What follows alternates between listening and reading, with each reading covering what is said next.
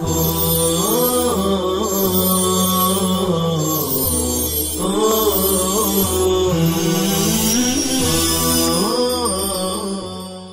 اللہ الرحمن الرحیم الحمدللہ رب العالمین والصلاة والسلام علی سید الانبیاء والمرسلین وعلی آلہ واصحابہ اجمعین۔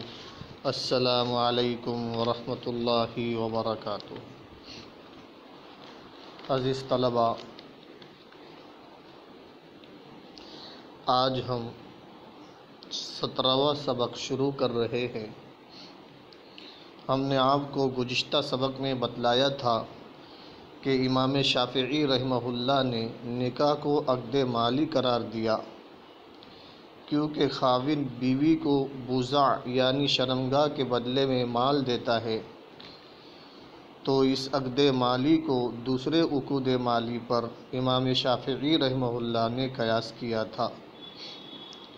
جس طرح بیع میں بائع اور مشتری ثمن کی جس مقدار پر رضامند ہو جائے اس کا ثمن بننا جائز، اور اجارے میں آجر اور مستاجر کرائے پر لینے والا اور کرائے پر دینے والا، اور اجارے میں آجر اور مستاجر کرائے پر لینے والا اور کرائے پر دینے والا اجرت کی جس مقدار پر راضی ہو جائے اس کا اجرت بننا جائز ہے۔ اسی طرح نکاح میں بھی مرد اور عورت مہر کی جس مقدار پر رضامند ہو جائے تو اس مقدار کا مہر بننا جائز ہوگا، اور اس کی اقل مقدار کو متعین نہیں کیا جائے گا، بلکہ اس کو مرد اور عورت کی رائے کے سپرد کیا جائے گا۔ یہ امام شافعی رحمہ اللہ کا قیاس تھا، لیکن امام ابو حنیفہ رحمہ اللہ نے اپنے اصول کی بنا پر اس قیاس کو چھوڑ کر کتاب اللہ کے خاص پر عمل کیا تھا۔ عزیز طلباء، امام شافعی رحمہ اللہ نے نکاح کو عقد مالی ہونے کی بنا پر اس پر کئی مسائل متفرع کیے، جس میں سے 4 مسئلے مصنف رحمہ اللہ نے ذکر کیے ہیں۔ تو آئیے ہم ان 4 مسائل کو مصنف رحمہ اللہ کی عبارت سے حل کر لیتے ہیں۔ وفرع على هذا أن التخلي لنفل العبادة أفضل من الاشتغال بالنكاح، وأباح إبطاله بالطلاق كيفما شاء الزوج من جمع وتفريق، وأباح إرسال الثلاث جملة واحدة، وجعل عقد النكاح قابلا للفسخ بالخلع۔ ان التخلی لنفل العبادت افضل من الاشتغال بالنکاح سے مصنف رحمہ اللہ نے پہلے مسئلے کا ذکر کیا کہ امام شافعی رحمہ اللہ نے نکاح کے عقد مالی ہونے سے یہ مسئلہ نکالا ہے کہ نفل عبادت کے لیے تنہائی اختیار کرنا نکاح میں مشغول ہونے سے افضل ہے، کیونکہ نکاح عقد مالی ہے اور نفلی عبادت تو عبادت ہے، اور عبادت میں مشغول ہونا افضل ہوتا ہے عقد مالی میں مشغول ہونے سے۔ وَأَبَاحَ إِبْطَالَهُ بِالطَّلَاقِ كَيْفَمَا شَاءَ الزَّوْجُ مِنْ جَمْعٍ وَتَفْرِيقٍ،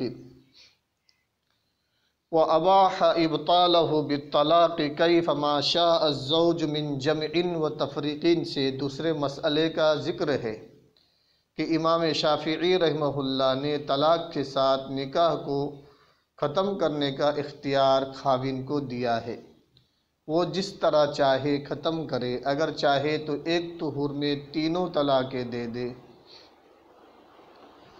عزیز طلباء، یہاں بطور نوٹ کے ایک بات یاد رکھے کہ عبارت میں من جمعین سے مراد ایک طہور میں 3 طلاقیں دینا ہے، ایک لفظ کے ساتھ 3 طلاقیں مراد نہیں، کیونکہ اس کو مصنف رحمہ اللہ نے آگے ذکر کیا ہے۔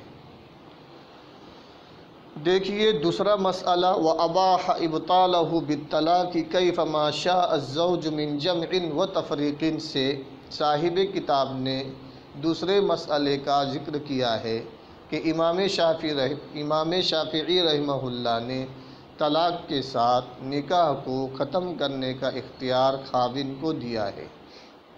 وہ جس طرح چاہے ختم کرے، اگر چاہے تو ایک طہر میں تینوں طلاقیں دے دے، اور اگر چاہے تو ہر طہر میں ایک ایک طلاق دے، جس طرح دوسرے عقود مالیہ میں طرفین کو بیعے ختم کرنے کا اختیار ہوتا ہے۔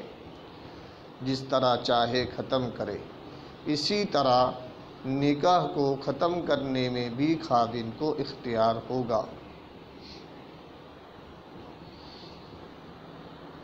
نمبر 3، وَأَبَاحَ إِرْسَالَ الثَّلَاثِ جُمْلَةً وَاحِدَةً سے صاحب کتاب نے تیسرا مسئلہ ذکر کیا ہے۔ تیسرا مسئلہ یہ ہے کہ نکاح کے عقد مالی ہونے کی وجہ سے امام شافعی رحمہ اللہ نے تینوں طلاقیں ایک ہی مرتبہ ایک ہی لفظ کے ساتھ دینے کو مباح اور جائز قرار دیا۔ چوتھا مسئلہ، وَجَعَلَ عَقْدَ النِّکَاحِ قَابِلًا لِلْفَسْخِ بِالْخُلَعِ۔ وَجَعَلَ عَقْدَ النِّکَاحِ قَابِلًا لِلْفَسْخِ بِالْخُلَعِ سے صاحب کتاب نے چوتھا مسئلہ ذکر کیا۔ چوتھا مسئلہ یہ ہے کہ اگر عورت نے خاوند سے کھلا لیا اور خاوند نے کھلا دے دیا تو امام شافعی رحمہ اللہ نے عقد مالی ہونے کی وجہ سے اسے فسخ نکاح قرار دے دیا، گویا کہ نکاح ہوا ہی نہیں تھا۔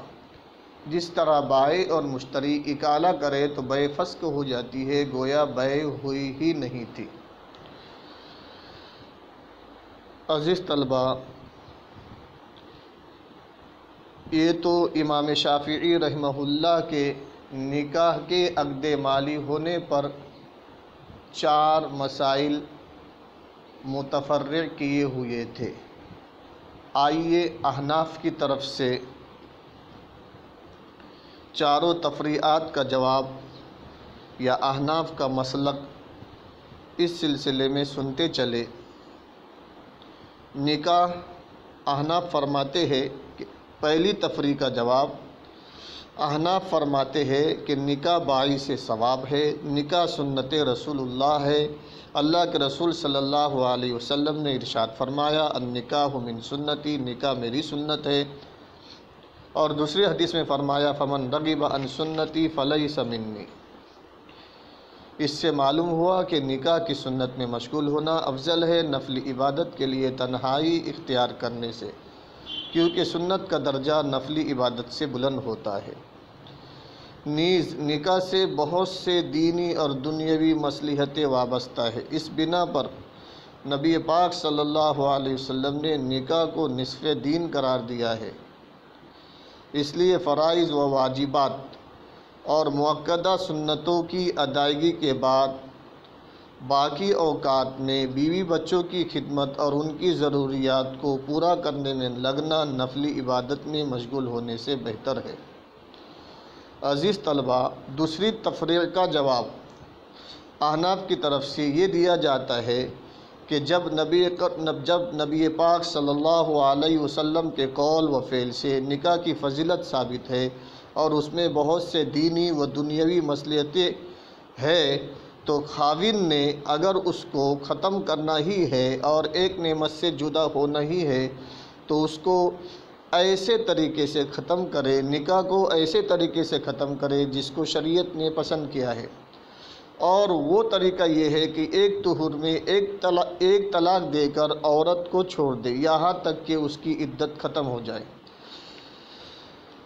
دوسرا طریقہ یہ ہے کہ ہر طہر میں ایک طلاق دے اور پھر عورت کو چھوڑ دے یہاں تک کہ اس کی عدت گزر جائے۔ عزیز طلبہ، وہ طہر بھی ایسا ہو جس میں جمع نہ کیا ہو، کیونکہ اگر ایسے طہر میں طلاق دی جس میں وطی کی گئی ہو تو استقرار حمل ٹھہرنے کے امکان کی وجہ سے عدت کے طویل ہونے کا امکان ہے، اور عدت کا طویل ہونا عورت کے لیے باعث مشقت ہے۔ عزیز طلبہ اکرام، احناف کی طرف سے تیسری تفریع کا جواب یہ دیا جاتا ہے کہ امام ابو حنیفہ رحمہ اللہ کے یہاں نکاح ایک عبادت ہے، اور امام صاحب رحمہ اللہ ایک ساتھ 3 طلاق دینے کو بہت بڑا عیب اور شریعت کے بالکل خلاف سمجھتے تھے۔ رسول اللہ صلی اللہ علیہ وسلم کے سامنے ایک مرتبہ ایک ایسے شخص کا ذکر کیا گیا جس نے ایک لفظ سے بیوی کو 3 طلاقیں دی، تو رسول اللہ صلی اللہ علیہ وسلم نے ارشاد فرمایا ایلعب بکتاب اللہ وانا بین اظہرکم، کہ میرے ہوتے ہوئے کتاب اللہ کو مذاق بنایا جائے گا، اور کتاب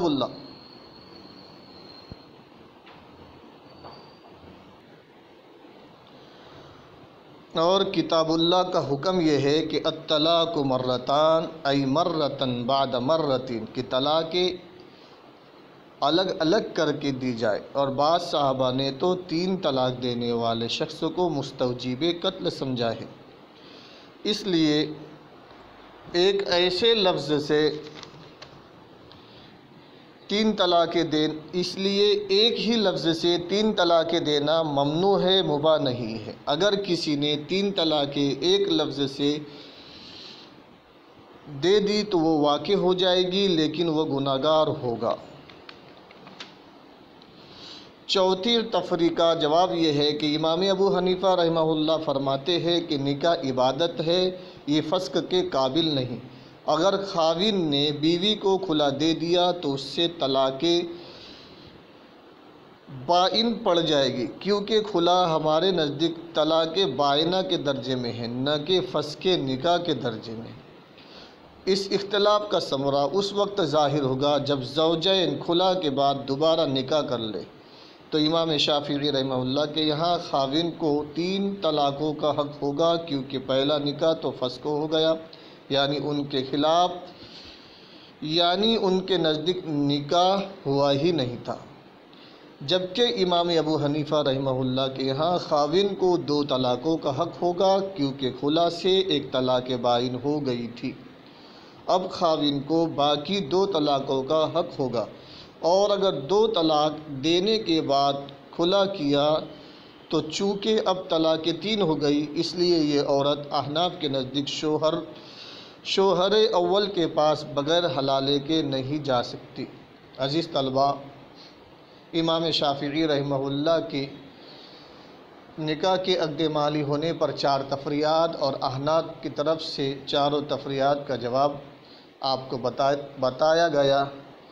انشاءاللہ عبارت کا ترجمہ آئندہ سبق میں کریں گے۔ والسلام علیکم ورحمۃ اللہ وبرکاتہ۔